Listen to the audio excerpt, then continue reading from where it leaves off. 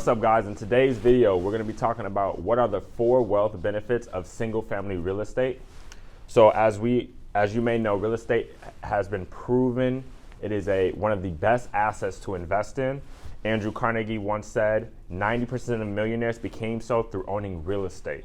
So in today's video, I'm going to discuss 4 wealth benefits of investing in real estate to help you through your investing journey and kind of give you a basic real estate one-on-one on how to build wealth through rental real estate and real estate investing. So what are the 4 wealth benefits of investing in single family real estate? Number 1 I have is cash flow. So cash flow, also known as passive income, is income left over after all the expenses are paid. So here's an example. Say I have a rental property here, right?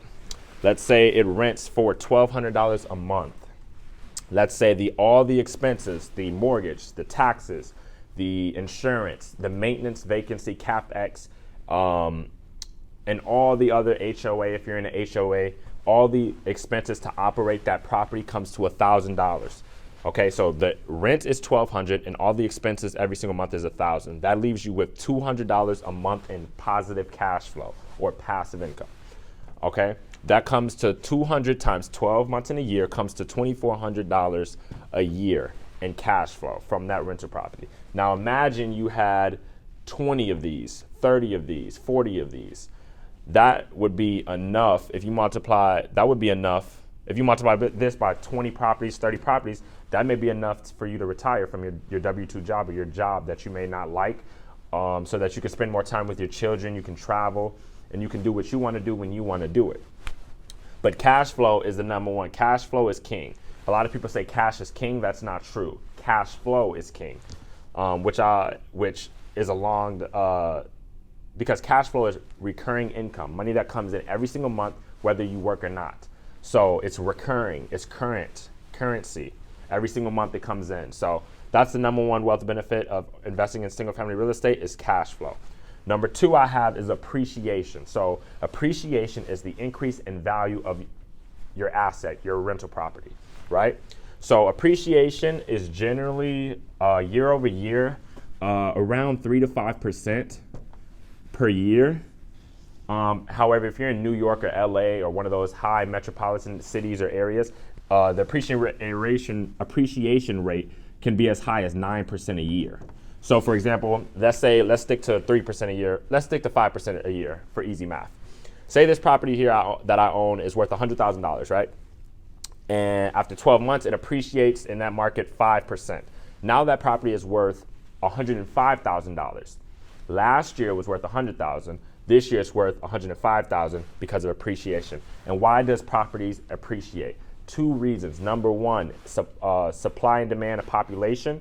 So as people have more kids, people keep making babies, the demand is going to continue to outweigh the supply of housing. I believe a statistic came out, we are 2 million homes short in America for the population that we have here in this country. So there's always going to be a high demand for it. I don't think we're ever going to catch up to the demand based on the current past recession we had where people stopped building houses and things like that. I don't see the supply of housing keep catching up to the demand of population. And the second reason properties appreciate is inflation. So the government is printing the money supply. So as the cost of everything increases in value, the purchasing power of your money, the money you're working for and you're saving, buys less every single day. And real estate is an example of something that appreciates in value over time as the purchase power of cash buys less every single day. That's because they're printing the money supply. So you want to use your time to earn money, use your earned money to buy assets that produce cash flow, and use the cash flow to fund your lifestyle. So those are the 2 reasons that properties appreciate in value.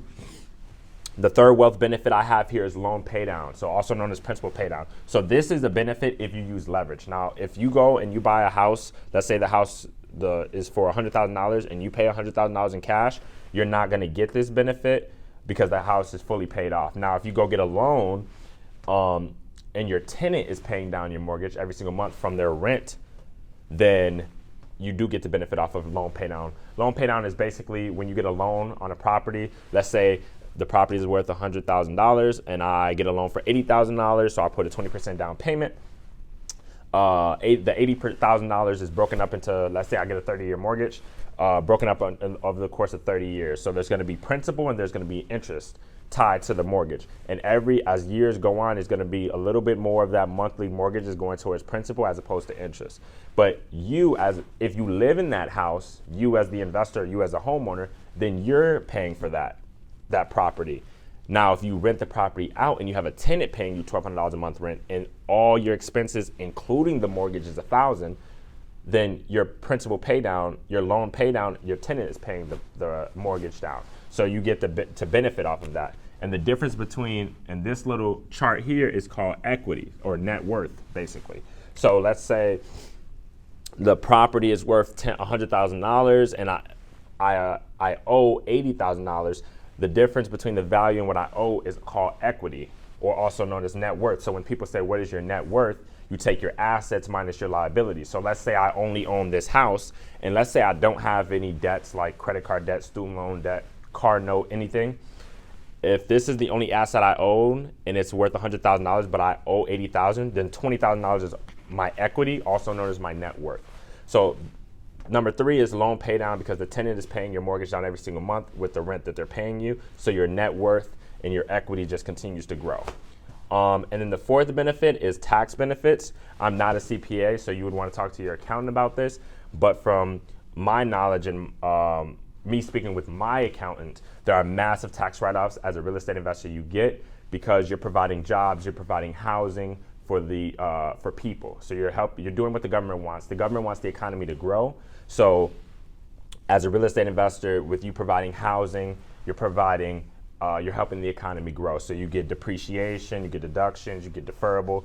There's different tax loopholes you can benefit from, because you're doing what the government wants and you're helping the economy and you're helping a mass amount of people. So these are the 4 wealth benefits of single family real estate. If you like the video, make sure to like, comment, and subscribe for more content like this on business, real estate, personal finance, and mindset. And I'll see you in the next video.